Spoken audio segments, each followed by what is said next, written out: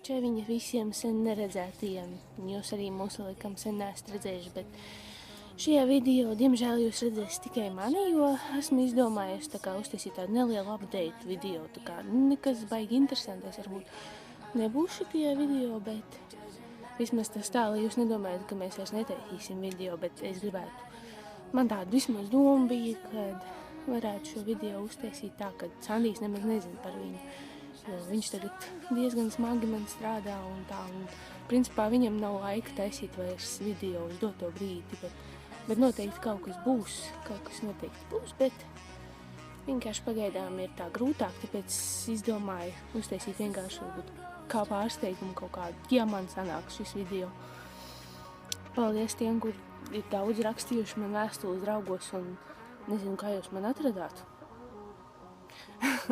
Nē, bet liels paldies par tiem labiem vārdiem, kad patīk tiešām tie video, ko taisa un tā turpināt un tādā garā tas tā feini ir dzirdēt no cilvēkiem, tas tā motivē bišķīt, kad jā, varētu kaut ko uztaisīt, uzfilmēt un tā. Sandijam piekdien ir jābrauc uz lielu pilsētu, jāmaina pase, termiņš jau beidzies, man liekas, kādus 2 mēnešus. Un tad noteikti kaut kāds video varbūt, ka taps kaut kas interesants arī, bet tad jau redzēs.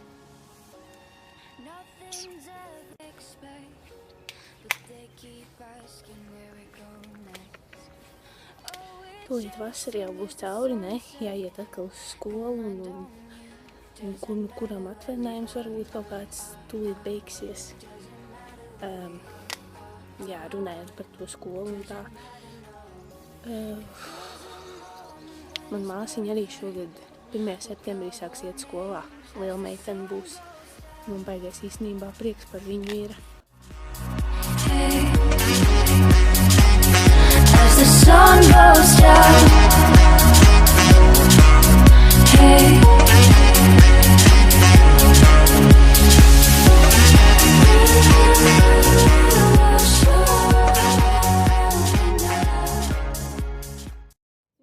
Darba nedēļa jau gandrīz ir cauri, jo šodien jau ir 4. Nē, forši. Neko interesanti, kā redz, man nav vēl sanācis tā kā ieblokot. Es domāju, ka būs. Kaut kur šodien aiziet, bet laiks atkal ir šitās te. Un nesanāca man neko tādu. Es arī nemāku tā kā Sandijs blogot un tā. Sorry par to. Runājot par interesantiem vlogiem un kaut ko tādu, noteikti šonedēļas beigās es domāju, ka kaut kas tiešām interesants būs, tāpēc, ka mēs šur tur braucam šādās darīšanās, jau pieminēju pirms tam, vakardien es par to stāstīju. Un, tur noteikti beidzot būs kaut kas interesants un kaut kas notiksies. Jūs droši vien domājat, kāpēc tā tajos vlogos man nav nekādas draudzenes blakus, vai kā es varēju ar sunīti kaut ko staigāties, vai ar Sandiju, bet tā tas ir, es kaut kā savu draugu loku turu ļoti mazu, nezinu. Man ir vienkārši tāda galvā stāv tāda doma, ja tev ir draugi, tad tas ir 1, 2 un tā pārējie, tad tā kā paziņas un tā, bet cilvēkiem ir jāmāk uzticēties, lai tā kā, zinat, kā, piemēram, ar tām pašām meitenēm ir tā, kad it kā gribās citreiz, gribās tur paklačoties un tā, un tad tu izkrati savu sirdi, un tad tā tava sirds iet apkārt pa visu pasauli ceļo, ko tu esi tur kratījis no savas sirds vaļā. Tā tas daudziem ir, vai ne?